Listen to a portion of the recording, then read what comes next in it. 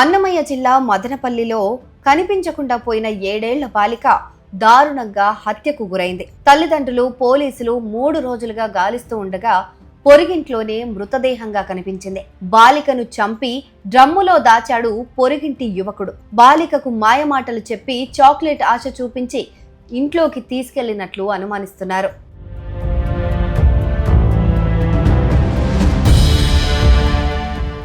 మదనపల్లి పట్టణ శివార్లోని నీరుగట్టువారిపల్లిలోని కాట్లాటపల్లి రోడ్డులో నివసిస్తున్న దంపతుల కుమార్తె సోమవారం సాయంత్రం కనిపించకుండా పోయింది. చుట్టుపక్కల ఎంత గాలించినా ఫలితం లేకుండా పోయింది. దీంతో తల్లిదండ్రులు అదే రోజు సాయంత్రం 4:30 గంటలకు పోలీసులను ఆశ్రయించారు. పోలీసులు మిస్సింగ్ కేసు నమోదు చేసుకుని దర్యాప్తు ప్రారంభించారు.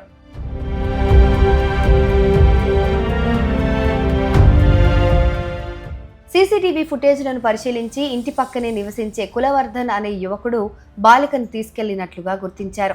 పోలీసులు అతన్ని అదుపులోకి తీసుకుని విచారించారు. దీంతో బాలికను గొంతు నులిమి హత్య చేసి మృతదేహాన్ని డ్రమ్ములో కుక్కాడని తేలింది. బాలికపైన లైంగిక దాడికి పాల్పడి ఈ దారుణానికి ఒడిగట్టి ఉన్నట్టు అనుమానిస్తున్నారు.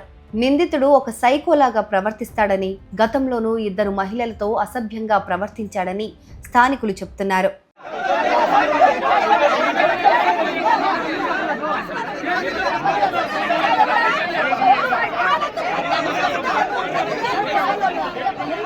అల్లారు ముద్దుగా పెంచుకున్న తమ కూతురు విగత జీవిగా కనిపించడంతో తల్లిదండ్రులు కన్నీరు మున్నీరవుతున్నారు. పోలీసులు నిందితుడిని అదుపులోకి తీసుకుని విచారిస్తున్నారు.